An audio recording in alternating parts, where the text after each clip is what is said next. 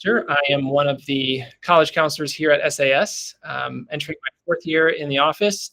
And tonight I want to just set the stage for the real expert in the room, Andy Strickler. So I'm going to just go ahead and give you a couple of norms, and then I'm going to get out of the way and let Andy take over here. So let's go ahead and get started here.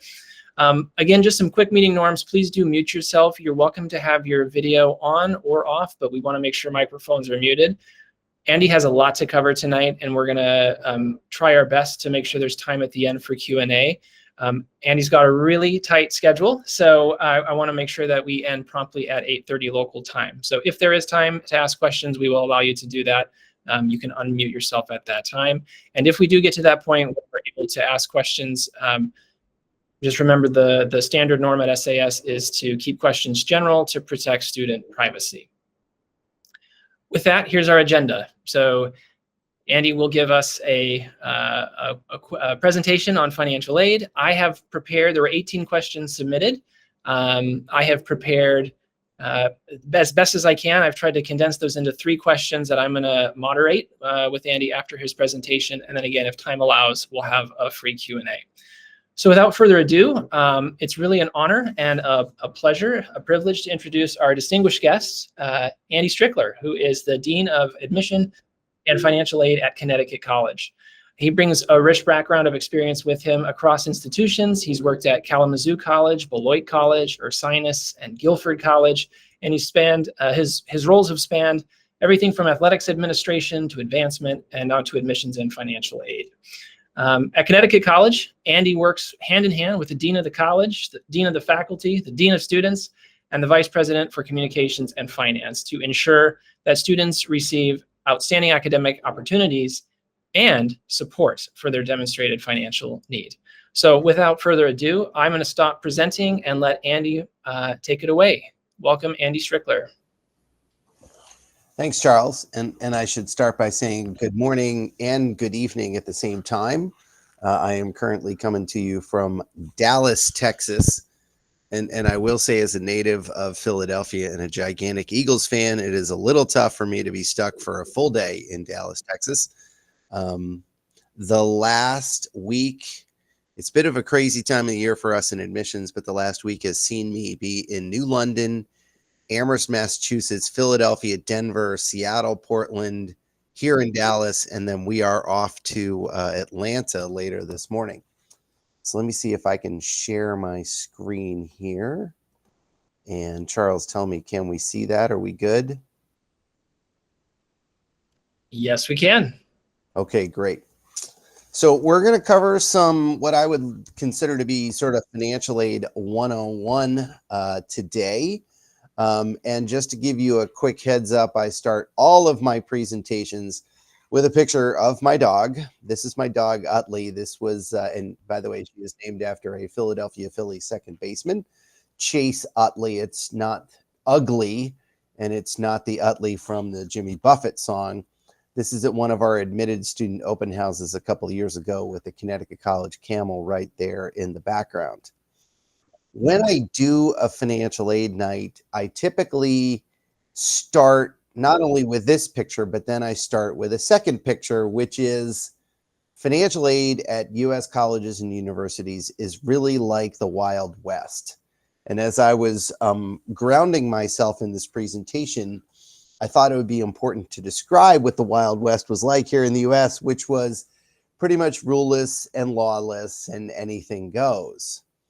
You see, because in the world of college admission, there are some norms, there are some accepted dates, there are some accepted practices that are fairly uniform across institutions. When it comes to financial aid, there are much fewer rules and norms across institutions. And we'll cover this as we work through the presentation, but the answer, it depends, applies way more to financial aid than it does to just admission stuff. So it's important to understand that each institution can approach financial aid from a vastly different perspective. And later on in the presentation, I think I have 3 questions which will help you put institutions into various buckets and help you understand where they are coming from. So I start here that I think when we are engaging in a holistic and healthy college admission process, it is important for families to have what I would consider to be a pre-conversation surrounding financial aid. This is really important now as the sticker price of American colleges and universities approaches $90,000. Some are even above $90,000 per year at this point in time.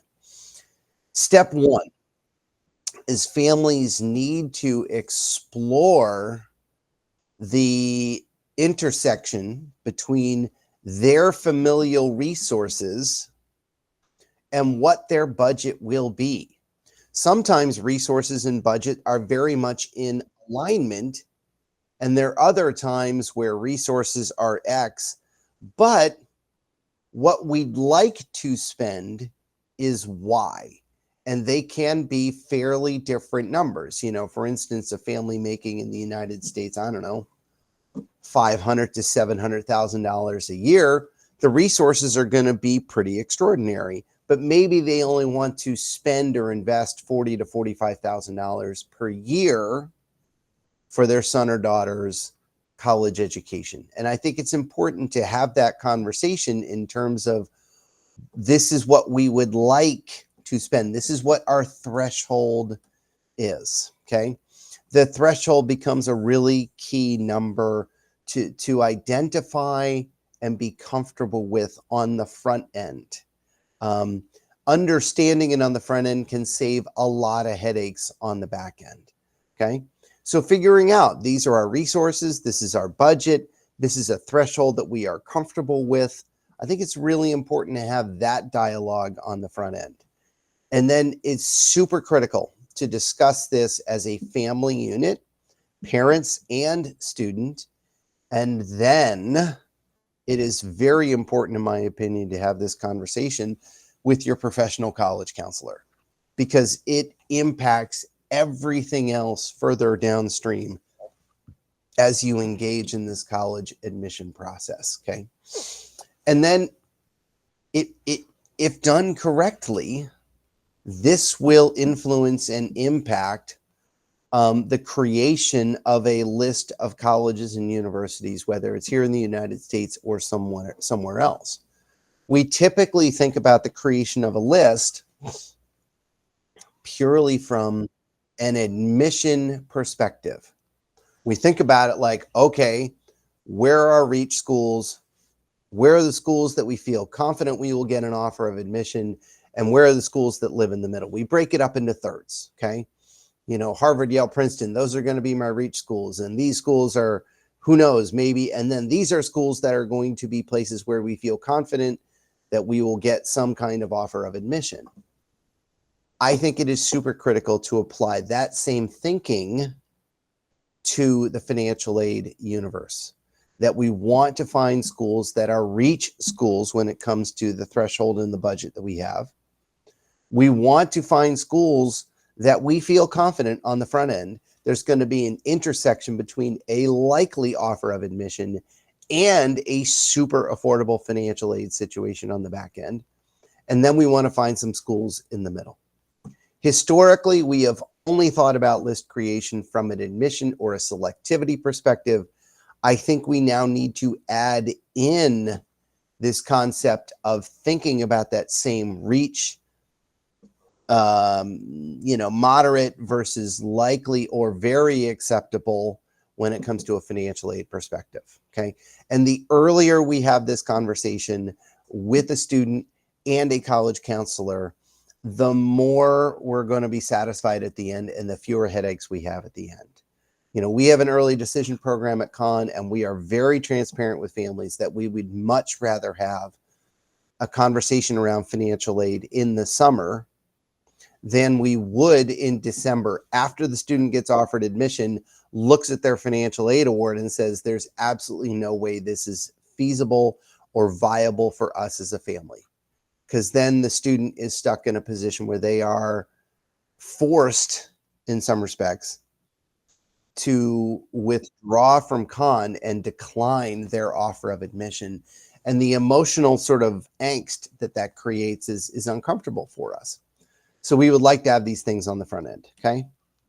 When it comes to resources versus budget, it's also really key to understand, and I'm smart enough to understand this, that it depends. You know, we like to use this answer, it depends on the college side, but it also depends on the family side. Because I think a threshold for a family might look one way for a place like Stanford University, which is in Palo Alto, California, and is an amazing institution, versus the threshold might look a little bit different for Connecticut College. There is a push and pull and a variability based on the name recognition / perceived quality of the institution that you get admitted to. I understand that, and I think we should have that conversation on the front end when it comes to the resources versus budget, okay? So when I'm thinking about financial aid, and again, I should say that my experience with financial aid and my grounding in financial aid is 100% here in the United States with United States colleges and universities. But I think there are 3 key questions which can allow you to put institutions into various buckets, and you can understand where they are coming from in some broad generalizations when it comes to the financial aid process. Question number 1. And by the way, these are binary questions, okay? This is a zero-sum game. There is no gray area in this. Ready? Question 1 is, are you need blind or need aware? Okay. Need blind means when an application for an admission arrives, they are looking at academic characteristics and personal characteristics when making a decision to offer admission. Need aware means when we get an application for admission, we're going to look at academic characteristics, personal characteristics, and financial characteristics. Okay. Need aware means the existence of financial awareness when making an offer of admission. Need blind means we're not looking at finances at all. Okay. There is no gray area between those two. You're either A, need blind, or B, need aware. If someone says, well, I don't know, then you're need aware. Okay. So that's a binary question. It can help you figure out, are my financial characteristics going to be involved in the analysis as they determine whether to make an offer of admission? Okay. Second question, do you guarantee to meet full demonstrated need? There are 2 acceptable answers for this one. And someone, if we were in an auditorium, I bet they could guess what those 2 answers are. Answer 1 is yes. Answer 2 is no. Okay. There's no maybe. There's no sometimes. Okay. If the answer is not yes, then the answer is no. Okay. And this really comes down to, okay, if I get offer admission, are you going to meet my full demonstrated financial need? Okay. And the answer is going to be yes or no. And the one sort of asterisk here is, and we're an institution, Connecticut College, that does guarantee to meet full demonstrated need. Okay. We are need aware on the first question. We do guarantee to meet full demonstrated need on the second question. The caveat is we get to decide via our own analysis what your demonstrated need is. Okay. But we do guarantee to meet the full demonstrated need of every student we choose to admit. Okay. So the answer for us would be yes. If you get the answer maybe, sometimes, then the answer is really no. Okay. Third, do you offer merit or athletic scholarships? Okay. And essentially what you're asking here is, do you award financial aid based on factors other than a financial aid application or our personal financial situation? Okay. Do you offer non-need-based aid? And an athletic scholarship, in some respects, is a merit scholarship. The merit you're showing is athletic prowess and performance. Okay. Merit aid in the United States is often used to reward academic characteristics that an institution may find attractive in their student body. Okay. But this question also is a binary yes or no. Okay. I would say if you get a yes, like, do you offer merit or athletic scholarships? If the answer is yes, that can lead to follow-up questions. Okay, how are they awarded? How are they determined? What's the range of merit scholarships? What percentage of your students would receive a merit scholarship? What is the criteria? What's the criteria to keep it year to year to year? Okay. But these are all sort of binary fork in the road questions, which allow you to figure out, okay, institutions, where do they live? Okay. And let's just use Stanford as an example. You get to go visit Stanford. You say, are you need blind or need aware? Boom. They would say need blind. Do you guarantee to meet full demonstrated need? Boom. They would say yes.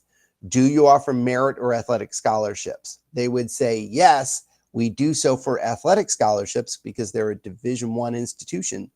But for non-athletes, my understanding is they don't offer merit. So if you're not a Division I varsity athlete, their aid is going to be limited to need-based aid based on a financial aid application, if that makes sense.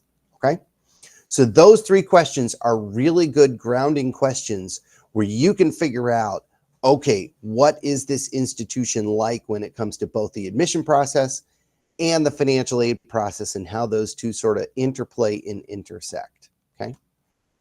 So a lot of important terms here. So stick with me as we work through each of these sort of important terms as we use language here in the financial aid process. First, FAFSA, Free Application for Federal Student Aid. This is a U.S. government form.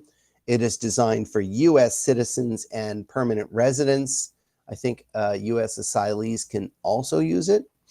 But this is the gatekeeper for any publicly available federal or state aid that a student would be eligible for. Okay.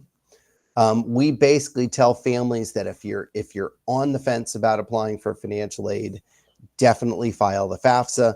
For us, the FAFSA, or a family that files the FAFSA, opens the door to federal loan, federal work study capability or eligibility. Okay.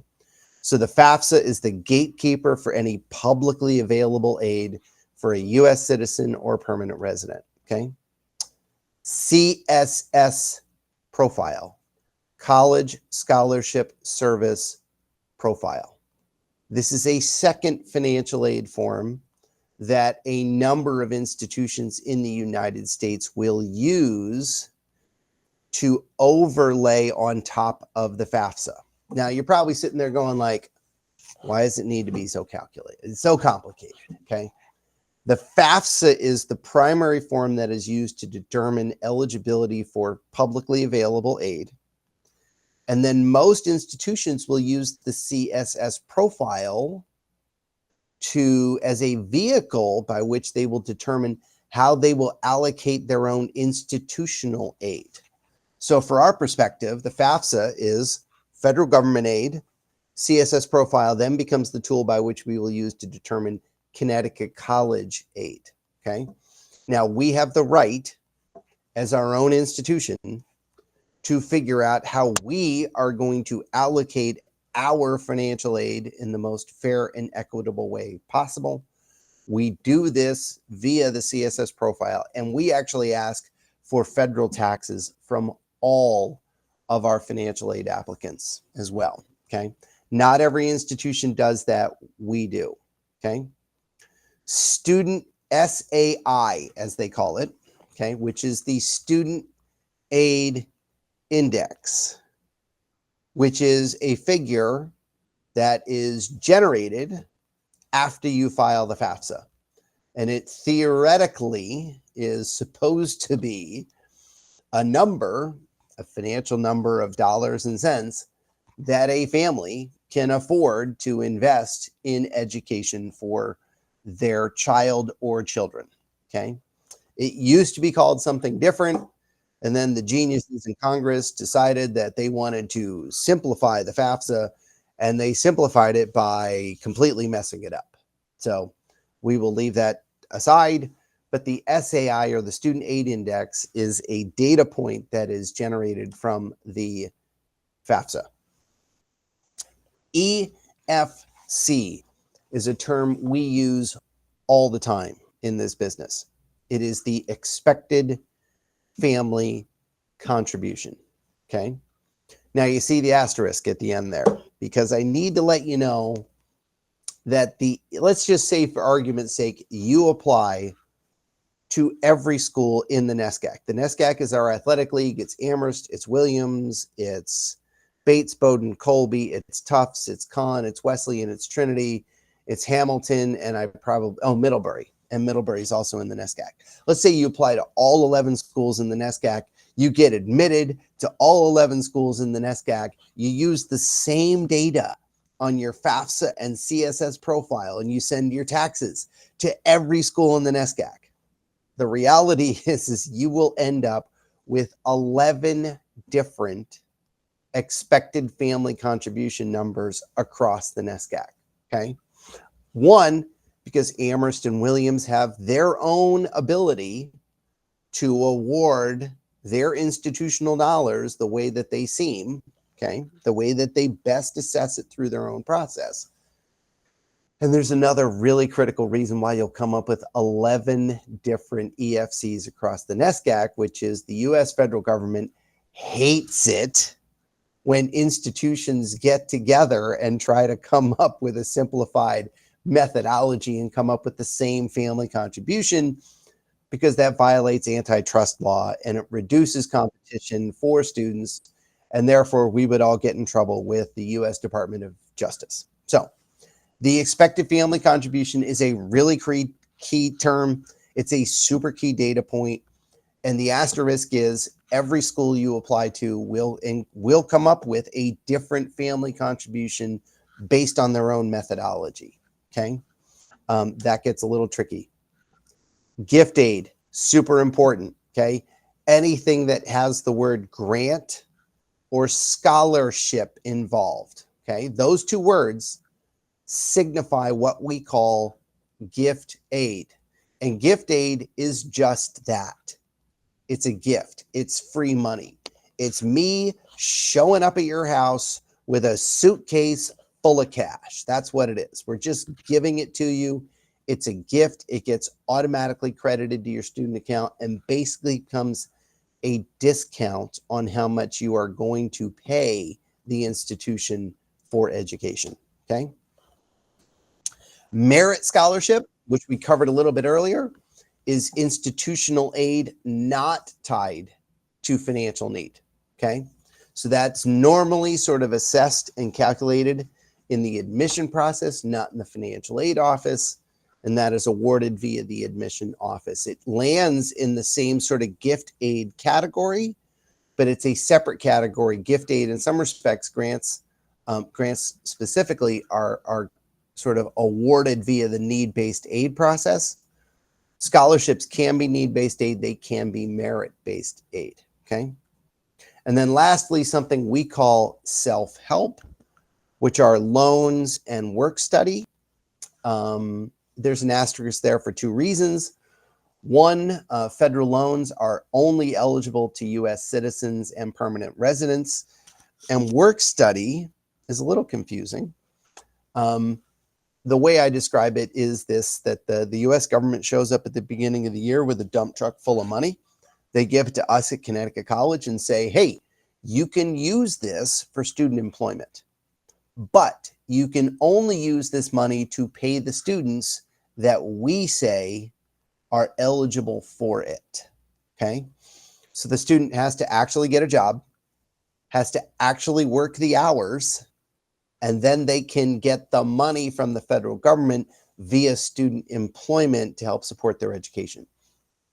And work studies actually funded, I think, 25% by the feds, 75% by the institution. So even a work study job at Connecticut College is funded 75% via us, We just like getting that 25% from the federal government, and then that job is limited to students who are on what is called federal work study. Okay. Now we're really getting into the Wild West, because there are two primary methodologies used to calculate financial need. And this is where we get into the FAFSA versus the CSS profile. Okay. Federal methodology. Federal methodology, or what we call FM in the United States, is indicated and triggered by having an institution that only requires the FAFSA. So for instance, a student is applying to the University of Connecticut and they are a U.S. citizen or permanent resident. The only form they have to file to apply for financial aid with the University of Connecticut is the FAFSA. And therefore, as a financial aid professional, I know that the University of Connecticut employs what we call federal methodology, so that the methodology that is employed by the federal government is also employed by the University of Connecticut. Okay. The other way to do this is what we call institutional methodology, or IM. That is signaled by an institution that requires both the FAFSA and the CSS profile. That would be us at Connecticut College. We use institutional methodology. Okay. So if you see a school that says, here are your required documents to apply for financial aid, you see FAFSA, you see CSS profile, then you know they are employing what is known as institutional methodology. Okay. So there are two different ways to go about this. Okay. And again, institutional methodology, some institutions will also ask for taxes for the appropriate tax year as part of that. We are one of those institutions. Okay. There are a couple of key differences and key elements that exist between FM, federal methodology, and IM, institutional methodology. Okay. They are different ways to calculate need. And to draw a really broad and overly gross generalization, okay, federal methodology is a little bit more influenced and weighted by income. Institutional methodology is a little bit more weighted towards income and assets. Okay. So there are two different ways. FM more influenced by income. Assets play a greater role in institutional methodology. Okay. Gross generalization. Okay. There are other differences between FM and IM, and these to me are particularly problematic. Okay. So difference number one, okay, federal methodology, the FAFSA will ask for if we're dealing with a divorce situation, the federal methodology will ask for custodial parent only to file the FAFSA. Okay. So if you're navigating a divorce and there are going to be two parents and we're thinking about federal methodology schools only, I think it makes sense to have the custodial parent be the one that has a lower income. I think strategically that makes sense. Okay. CSS profile / institutional methodology schools will ask for a CSS profile and sometimes taxes from both the custodial and the non-custodial parent. We want to get a full picture as to the financial resources available to the student. Okay. So that is a really, really critical difference between federal methodology and institutional methodology. Okay. The second one, and this one is really problematic in my opinion, is having multiple children in college at the same time. Historically, federal methodology would create an exemption based on multiple children in college. That no longer exists, which is stupid. Okay. Institutional methodology has an allowance for multiple children in college. And the easiest example is, let's just say the oldest child in the family applies to Connecticut College, gets admitted to Connecticut College, and we determine that the family contribution is $50,000. So that child will arrive at Connecticut College with a $50,000 EFC. But there's a second child 1 year behind. So the next year, when that second child goes off to college, all of a sudden that family doesn't have $100,000 to spend, $50,000 on each. So when there are two children in college, we take that $50,000 number and we cut it in half. And we say this student, which last year had a $50,000 family contribution, now is a $25,000 contribution because this kid gets 25 and the other kid gets 25. So we have an allowance and exemption as part of our formula for multiple children in college. The FAFSA no longer has that. Okay. There's some other issues, differences when it comes to self-employment and how federal or U.S. tax law is written, which gets really, really, really complicated that I don't think we need to go into this morning before 7 a.m. here in Dallas, Texas. Okay. So, whoops, the animations are inaccurate on this slide. Last thing that we sort of want to cover here is if you're sitting here and you're like, gosh, Andy, this is all really confusing. How do I figure out what this EFC thing is? Okay. Every institution in the United States has a net price calculator, except for two. There are two institutions which do not have a net price calculator because they take no federal aid and therefore they are not living under the auspices of U.S. law when it comes to this stuff. But by law, we are required to have a net price calculator. Okay. We tell families, go to the net price calculator, get your appropriate tax returns and W-2s, fill out the net price calculator, see what the family contribution is going to be, and then follow up with a phone call to the financial aid office to double check the numbers and the data that you see. Because what we want to do is we want to put accurate information in families' hands. Now, knowing that I'm doing a Zoom here in Singapore, the net price calculator is geared towards U.S. employment and U.S. dollars. Okay.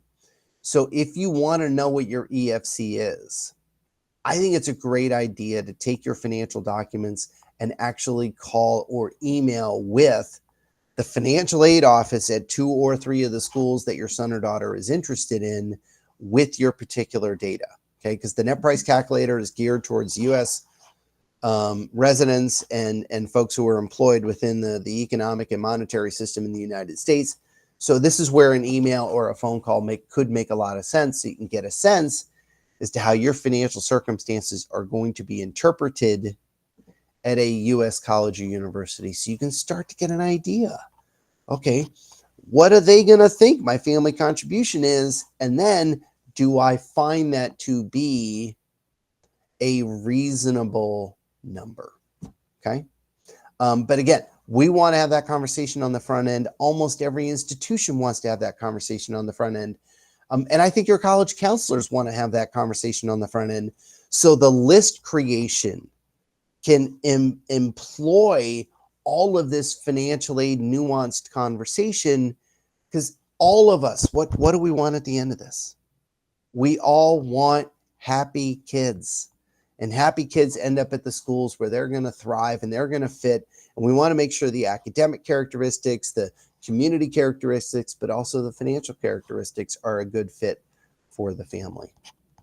So other resources that are available, I would ask every admission office if there are other scholarship opportunities that are available outside of the ones that are easily posted. You can find resources for outside scholarships as well. One of the most prominent ones in the United States is www.fastweb.com. And then work study, we already covered sort of in terms of the definition of work study versus student employment. So there we go, Charles. That's the end of my slide deck. Wonderful. Thank you so much, Andy, for that. I am going to just quickly share my backdrop here and move into the moderated Q&A section of this presentation tonight.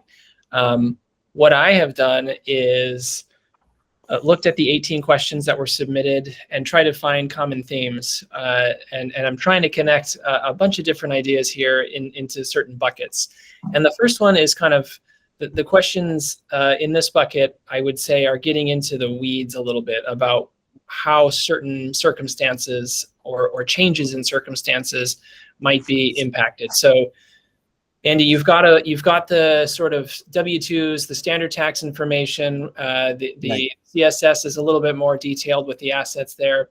Correct. But a number of people have asked, for example, I work abroad. I'm an expatriate, and I get tax equalization dollars that looks like real income, or I'm about to sell a property, or I've just retired. So maybe this is like special circumstances or changing circumstances. Can you talk about how a family should communicate that and how a college sees that sort of thing in the financial aid process? Yeah. So I think we have to take one quick step back and say that during the Obama administration between 2008 and 2016, one of the, I think, useful things that the federal government did when it came to the financial aid process is they changed the base year by which financial aid is assessed. Okay. Historically, it was the prior year. So if your son or daughter was going to college this fall in 2025, the base year for financial aid was fiscal 24, which is January 1, 24 through December 31st, 24, which means you're filing your taxes in April of 25. That's a really tight timeline. Okay. So the Fed said, okay, instead of the prior year, we're going to make it the prior year. So for students who arrived at Connecticut College in August of 25, the base year for us when it came to financial aid assessment and financial aid applications was actually fiscal 23. So they filed those taxes in April of 24. So they already had the taxes done. Okay. And in some respects, that eases a timeline. No one likes doing their taxes on January 1st anyway, et cetera, okay? But what it does is it means the financial data that we're looking at sometimes is 2 years old, okay? And, I actually just had a meeting with a parent, a single parent on campus a couple of weeks ago, and she was really transparent. She goes, hey, Andy, guess what? I retired. So you're looking at my 23 taxes, which are really great because I was a dentist and now I'm retired. So my financial circumstances have changed. Okay. So the first thing we're going to ask for is, all right, what do your 24 taxes look like? And what's your current income look like? These are what we would call sort of professional circumstances, and we would use professional judgment to assess. There is a spot on the CSS profile where you can detail and explain that your financial circumstances have changed from that prior year or the base year when it comes to your financial aid application. And then you want to provide documentation and make a phone call / an email to all the financial aid offices saying, like, this is what's going on. And as long as we have the appropriate documentation, we can at times craft a financial aid app that is far more in line with current circumstances rather than the base year of 23 or 24 that we're actually looking at. So I think I just want to clarify with you, Andy. I think maybe financial aid officers have this reputation of being difficult to access or standoffish or not wanting to communicate with parents. But what I'm hearing from you tonight is please contact the financial aid team, and the earlier the better. Is that fair to say? Absolutely. Especially as, the cost of U.S. higher education continues to increase. Our policy is we would much rather have these conversations early rather than after the offer of admission and offer of financial aid has been extended. And then we have folks who are a little more emotional and a little more upset and a little more confused. And frankly, I am currently traveling the United States with a group called Eight of the Best. It's Con, it's Sarah Lawrence, it's Haverford, it's Kenyon, McAllister, Colorado College, Grinnell College, and Claremont McKenna. And I can speak for this group because we'll do Q&A in front of counselors 3 or 4 times every week that we're traveling. every single one of us will say the same thing. We want to have this conversation on the front end. Our financial aid offices are very approachable and want to engage with families. So the rep of us being a little standoffish on the financial aid side is not our experience, at least for my schools and the places that I travel with. Great. That kind of anticipates the next kind of bucket of questions that we got in advance. And that was, a lot of students and families are concerned about the intersection of applying for financial aid and the admissions process, and concern around especially early decision, what a need-aware institution might think of a student who's applying for financial aid. So I'm wondering if you could maybe, as much as you can, pull back the curtain a little bit about how that gets factored into the overall budgeting process and how you round out a class, especially as it might relate to ED, and knowing that we want to have these conversations early. Yeah, and again, I'm going to rely not only on my own data, but the dialogue that occurs across the Aid at the Best group in front of high school counselors as we do these counselor breakfasts. First of all, my own data at Con, and I've done it going back as far as 2017. Our admit rates for needy students are significantly higher in early decision than they are in regular decision. That's just data. We like having a diverse and socioeconomically diverse pool in early decision. And for certain students, early decision makes a ton of sense because they're expressing that higher level of interest, and we can look at that offer of admission and say, the student is 96% likely to come. That's great. And the other thing I would say is relying on the Aid of the Best group. Historically, if you went back 10 to 15 years and looked at our data across the 8 schools, our early decision groups would be really heavily tilted towards families with means, financial means. Not the case now. Our early decision pools are much more diverse than people would expect. And the socioeconomic diversity in the ED pool oftentimes matches the socioeconomic diversity that exists in the regular decision pool. So I think for plenty of students, early decision becomes a very useful tool to secure an offer of admission, but also secure an offer of admission at a place where they know their need is going to be met, and they're going to secure a really strong financial aid award. Okay. And lastly, we have 2 students who just graduated in May at Connecticut College. Both kids I had a really deep, long relationship with.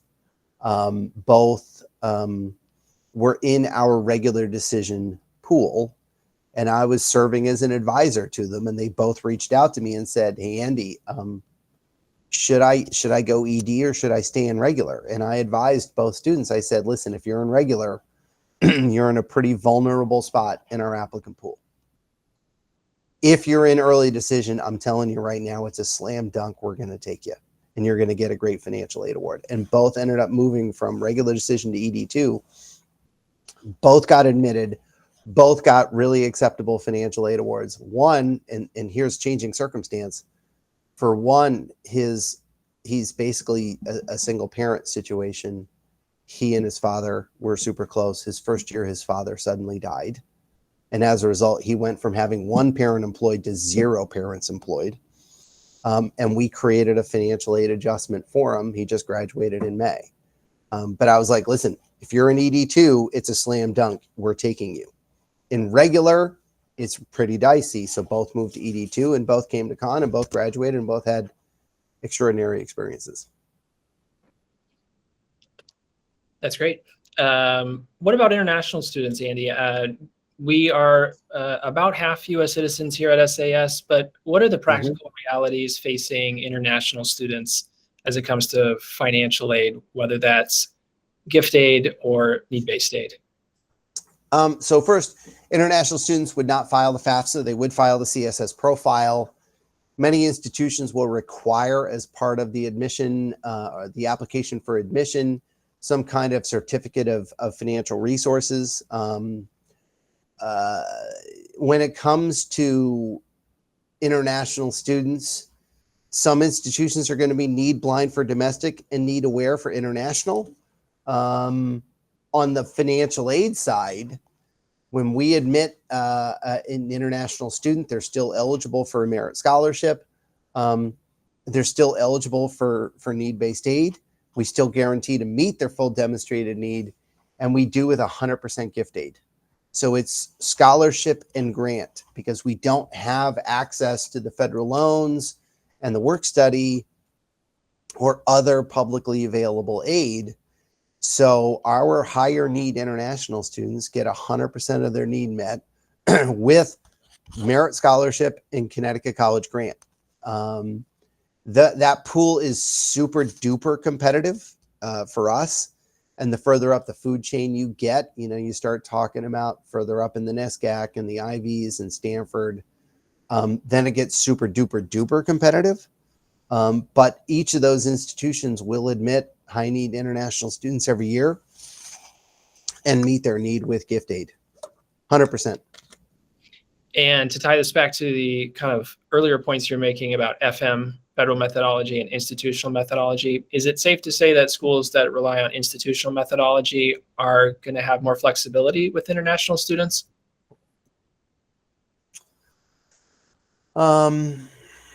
What do you mean by flexibility? Flexibility on the admission side or on the financial aid side? On the financial side. Probably a little bit is what I'd say. Yes. Okay. Yep. Great. I said 3 questions. I'm going to try to slip a 4th one in there. We had a lot of families writing in about beyond the sort of merit academic scholarships, things like ROTC, Yellow Ribbon, creativity in the arts. Can you tell us kind of just broad brushstrokes, resources? What's the landscape for students and families interested in pursuing those smaller, usually scholarships in those areas? Yeah, that's where you absolutely, first of all, you have to come up with your list. You have to spreadsheet it out, and then you have to ask each institution individually how they approach their non-need-based aid. Because I've seen both. Connecticut College, we lump all of our non-need-based aid into one merit scholarship that is awarded via the admission office. But I've also worked at schools where there's a merit scholarship from the admission process, but then they also have different scholarships that are more competitive in nature. I worked at a school that had scholarships that were awarded in social science, math and science, arts, etc. And these were literally competitive scholarships that were involved in the process. So, that's where you have to ask and just sort of lay it out in a spreadsheet. So, okay, school X, I have to submit my art portfolio because there is a small art scholarship that I'd like to compete for. At Connecticut College, sure, you can upload an arts portfolio and we will review it, and it'll be reviewed as part of the admission process. But there's going to be no financial incentive to performing well on that art portfolio. So it sounds like ROTC and Yellow Ribbon, same thing. Every school is going to approach that differently in terms of the number of Yellow Ribbon slots they have, whether they have an ROTC. And that's where you just want to spreadsheet it and start. And it's going to be hard to be making phone calls because of the time difference. That's where you want to start shooting emails to admission offices and financial aid offices, and then documenting the responses you get back on that spreadsheet. So you know what the stipulations are school by school by school. So the key takeaway, again, don't be afraid to contact financial aid offices and admission officers in the U.S. and do that proactively. So really happy to say that we do have a few minutes left. Again, we want to make sure Andy gets out by 7:30 a.m. so he can get some breakfast before moving on to his next call here. But Rob has submitted a question via chat. He's asking about when would be the right time to reach out to financial aid officers at colleges if a student is taking a gap year. So gap years are almost exclusively coordinated by the admission office. So on the front end, it's applying for admission, it's getting admitted, it's securing the financial aid award, it's submitting the deposit, and then requesting a gap year. And I would say some institutions, you need a really good rationale to take a gap year, okay? And then during the course of the gap year, you want to pay particular attention to the timeline that the institution has for submitting your financial aid app for that next year. Because need-based financial aid is applied for on an annual basis. You know, for instance, I wish I could reach into my back pocket and pull out some winning Powerball tickets, because the Powerball here in the States the other night was $1.6 billion. I really thought that I was going to win. I really did. That was going to be my retirement plan. But someone who wins the Powerball, their financial circumstance is going to change from year one to year two. So therefore, you want to be aware of what the timeline is and submit that need-based financial aid app along the appropriate timeline for the gap year student. Okay. Most institutions, unless there's been a significant change in family financial circumstance, you can expect the same financial aid award for that post gap year enrollment year that you saw when you applied in the regular first year admission process. And I don't know any institution that's going to discriminate in the assessment of a gap year request based on financial need. Once we've admitted you, once we've said we think you're a great kid, you're going to make Connecticut College better, you know, whether you arrive this fall or next fall, we're still excited. So we're not going to discriminate based on financial circumstances. Great. We have time for maybe one more question. If somebody wants to raise their hand, they can use the raise hand function at the bottom of the screen, or go ahead and type in the chat box.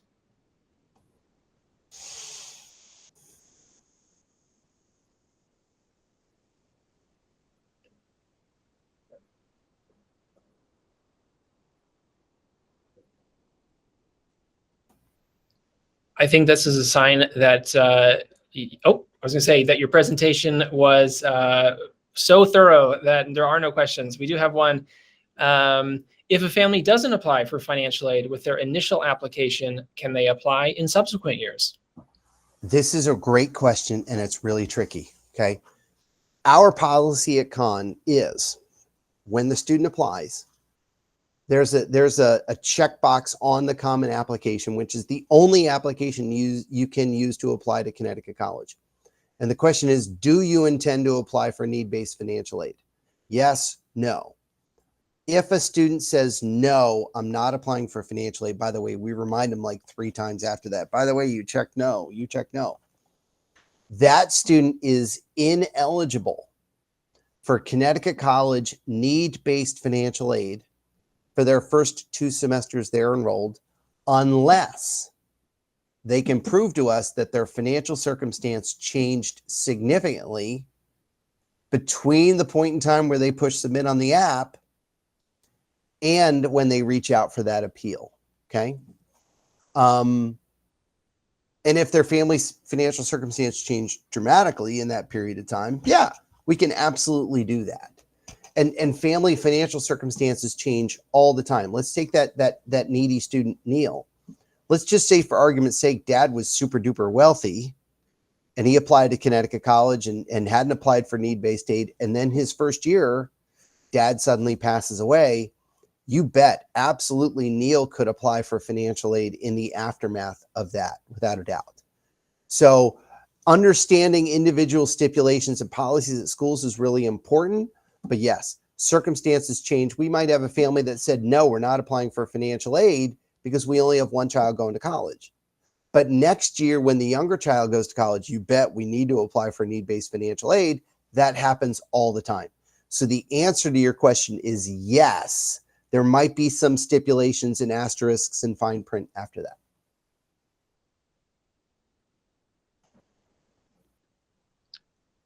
Great. Well, I think that's a great place to wrap it. I want to say, again, a huge thank you to you, Andy, for taking time out of your really busy schedule. For some of us, it's football season, but for you, it's something else. I know this is your busy season, so thank you so much. And thank you to everybody in the audience for joining us tonight. I hope it was informative and worth your time. It sure was for me. So with that, we'll sign off. Thank you all very much for joining.